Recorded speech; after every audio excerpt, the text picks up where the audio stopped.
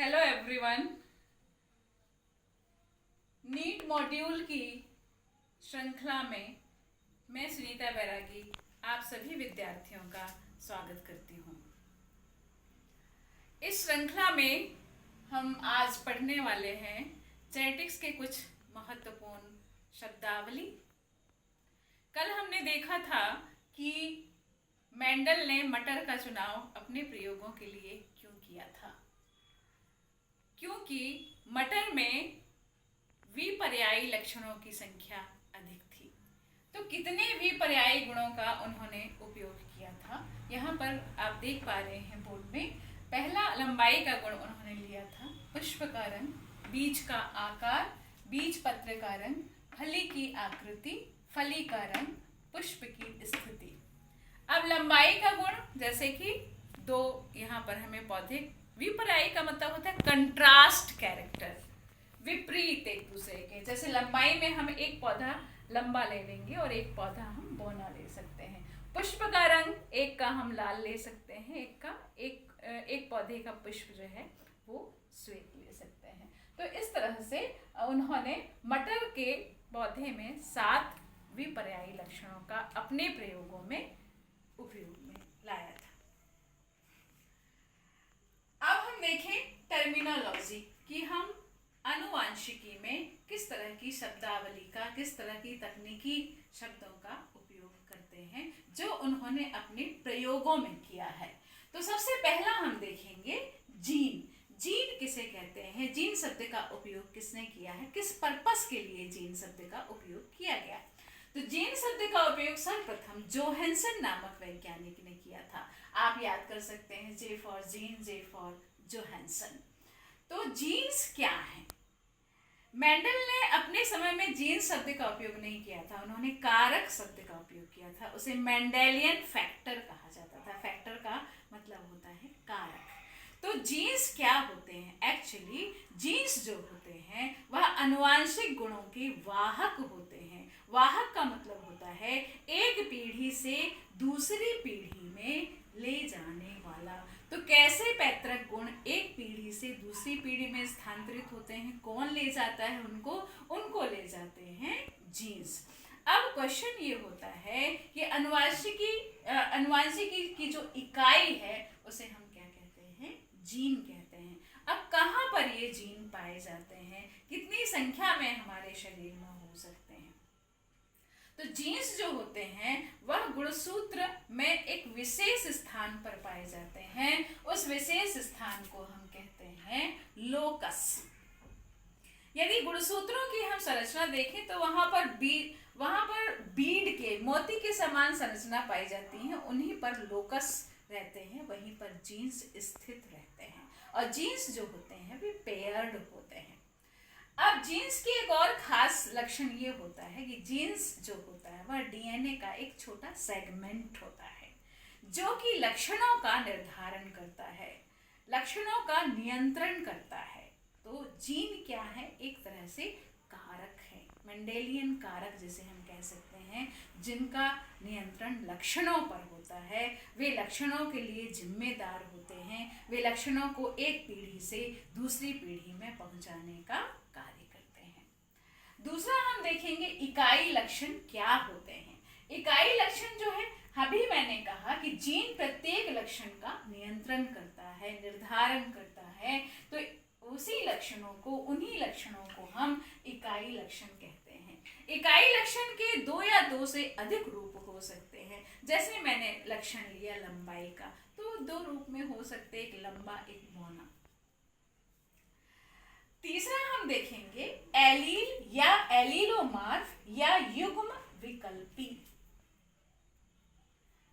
तो इस शब्द का उपयोग बैटसन नामक वैज्ञानिक ने किया था।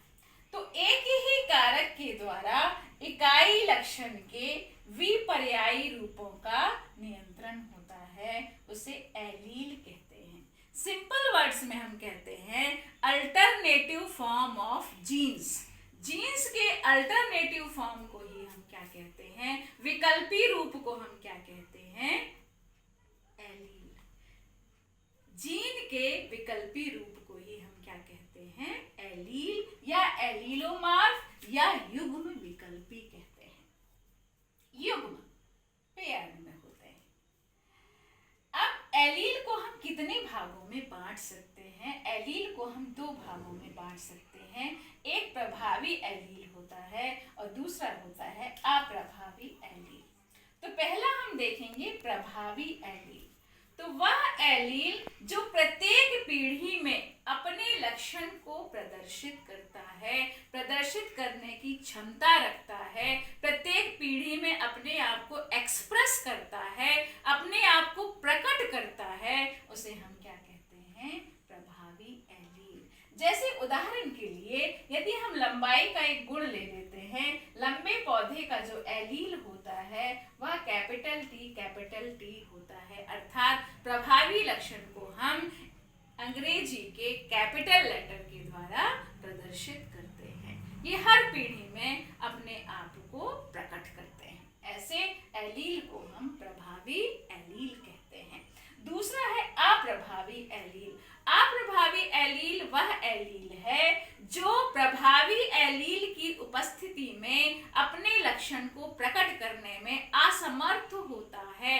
वह प्रभावी एलील की उपस्थिति में कभी भी अपने आप को, अपने लक्षण को प्रकट नहीं कर पाता है, वह छिप जाता है, वह प्रभावी एलील के द्वारा छिपा लिया जाता है। तब उसे हम क्या कहते हैं, अप्रभावी एलील। लेकिन यह जब स्वयं स्वतंत्र रूप में है तब यह अपने लक्षण को प्रकट कर सकता है। लेकिन प्रभावी की उपस्थिति में है तो वह छिप जाता है। किसके द्वारा छिपा लिया जाता है, प्रभावी एलील के द्वारा। तो ऐसे एलील को हम कहते हैं अप्रभावी एलील। अब हम नेक्स्ट देखेंगे लोकस। लोकस क्या है? अभी मैंने कहा कि गुणसूत्रों में विशिष्ट स्थान होते हैं जहां पर जीन्स उपस्थित होते हैं। इन विशिष्ट स्थानों को ही हम लोकस कहते हैं। जैसे मान लीजिए ये आपका गुणसूत्र है और इस गुणसूत्र में हम देख पा रहे हैं कि ये जीन्स उपस्थित हैं। तो ये विशिष्ट स्थान क्या कहलाएंगे, लोकस कहलाएंगे। तो लोकस गुणसूत्र पर वे विशिष्ट स्थान हैं जहां पर जीन्स पाए जाते हैं या उपस्थित होते हैं।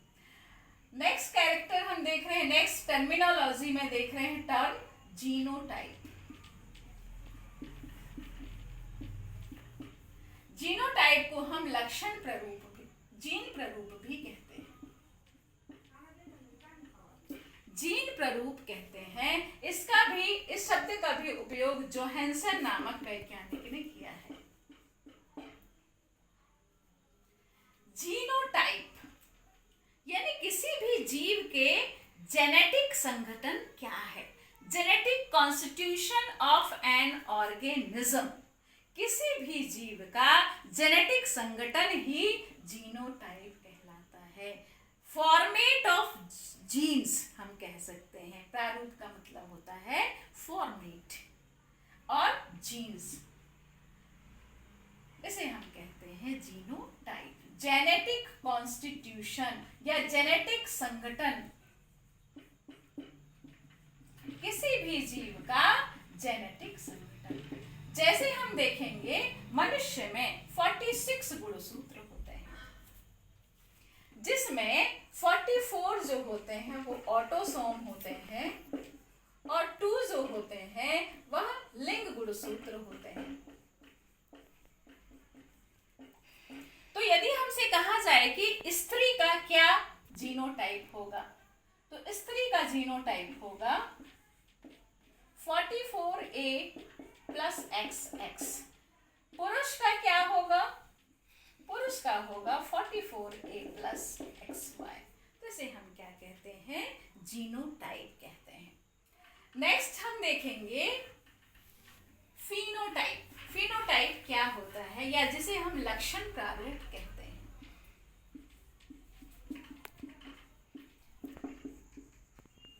लक्षण प्रारूप, फिनोटाइप का अर्थ होता है कि किसी भी जीव की बाह्य आकारिकी कैसी है। ये जो बाह्य आकार की है, बाह्य लक्षण जो प्रकट होते हैं जिसे हम देख पाते हैं, तो वह किस पर निर्भर करता है? वह निर्भर करता है जीनोटाइप एवं वातावरणीय परिस्थिति पर।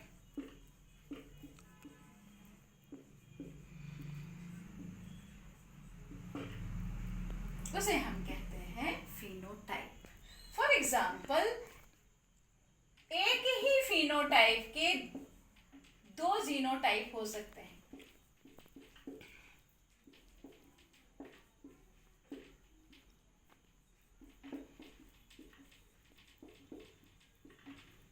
कैसे? जैसे है हमारे पास पौधा लंबा है, उसके दो जीनोटाइप हो सकते हैं, एक तो ये और एक ये। ठीक है। नेक्स्ट हम देखेंगे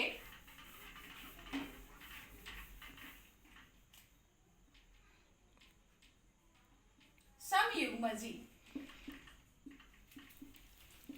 जब एक ही कारक के दोनों एलील समान हो,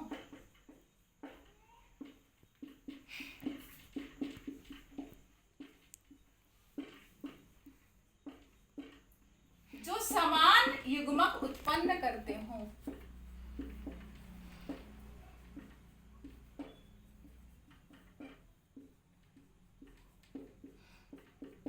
जैसे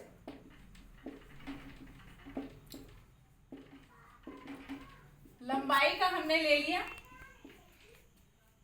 लंबा पौधा समयुग्मजी है, ये दोनों एलील समान है। जब ये युग्मक बनाएंगे तो युग्मक भी समान होंगे, तो इन्हें हम समयुग्मजी कहते हैं। यदि बौना पौधा है,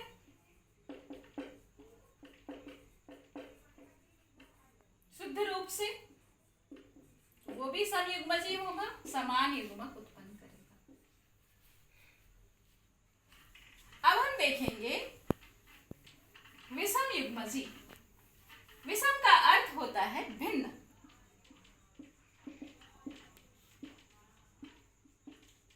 जब एक ही कारक के दोनों एलील भिन्न हो एक दूसरे से,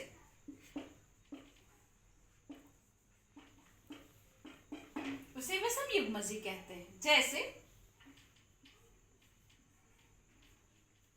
ये लंबा पौधा है,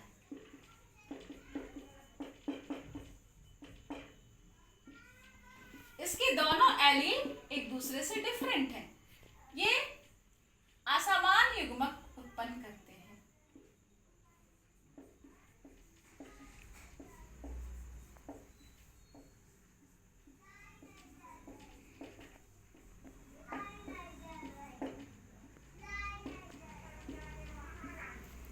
एक कैपिटल टी और एक स्मॉल टी, ये दो युग्मक हैं जो एक दूसरे से भिन्न हैं। तो ऐसे जीव को हम विषम युग्मजी जीव कहते हैं। नेक्स्ट हम देखेंगे संकरण। संकरण क्या है या क्रॉस जिसे हम कहते हैं, वह घटना जिसमें दो जीव जो एक ही जाति के हैं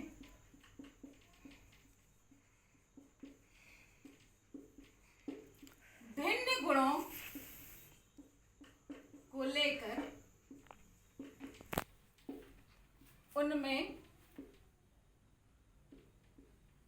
उन्हें लैंगिक रूप से मिलाया जाता है।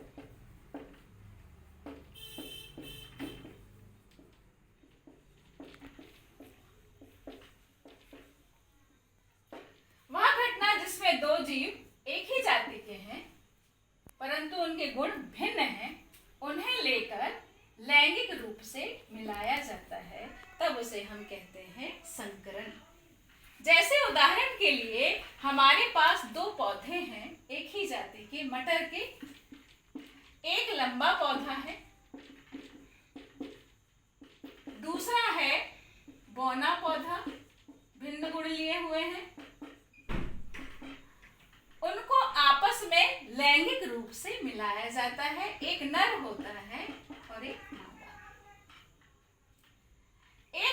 हम नर रखते हैं और एक जीव को हम मादा रखते हैं, उनको लैंगिक रूप से मिलाया जाता है।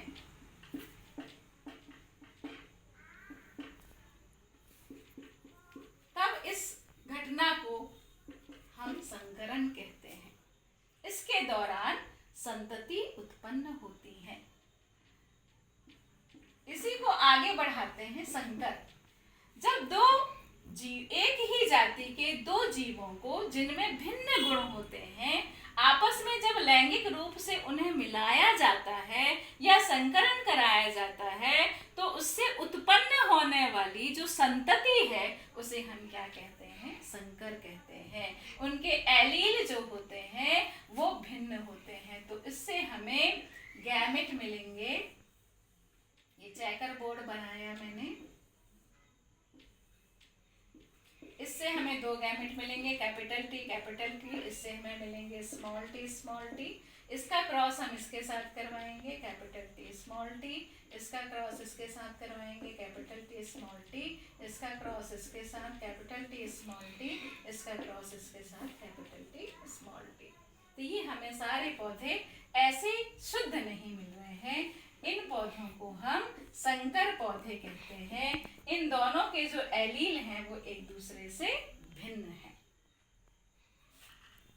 तो ये है संकरण और संकर जीव, संकर पौधे। तो इस तरह से हमने आज टर्मिनोलॉजी में और हम देखते हैं F1 एंड F2।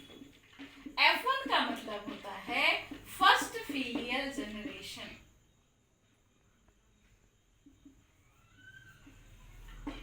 प्रथम पीढ़ी। जब दो जीवों को आपस में क्रॉस कराया जाता है तो जो संतति उत्पन्न होती है वह पहली पीढ़ी की संतति कहलाती है। जैसे हमने ये लंबा पौधा लिया, क्रॉस करवाया बौने से,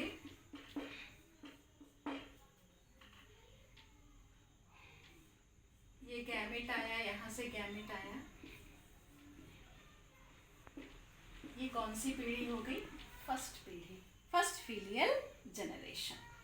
अब F2 पीढ़ी क्या है? Second filial generation. जब हम इसमें स्वपरागण होने देते हैं तब जो हमें पीढ़ी प्राप्त होती है, तब उसे हम F2 पीढ़ी कहते हैं। तो इस तरह से F1 को हम फर्स्ट फीलियल जनरेशन कहते हैं, F2 को हम सेकेंड फीलियल जनरेशन कहते हैं। तो आज हमने मेंडल ने अपने प्रयोगों में कौन कौन से शब्दों का, किस शब्दावली का उपयोग किया, आज हमने ये जाना। कल की क्लास में हम देखेंगे कि संकरण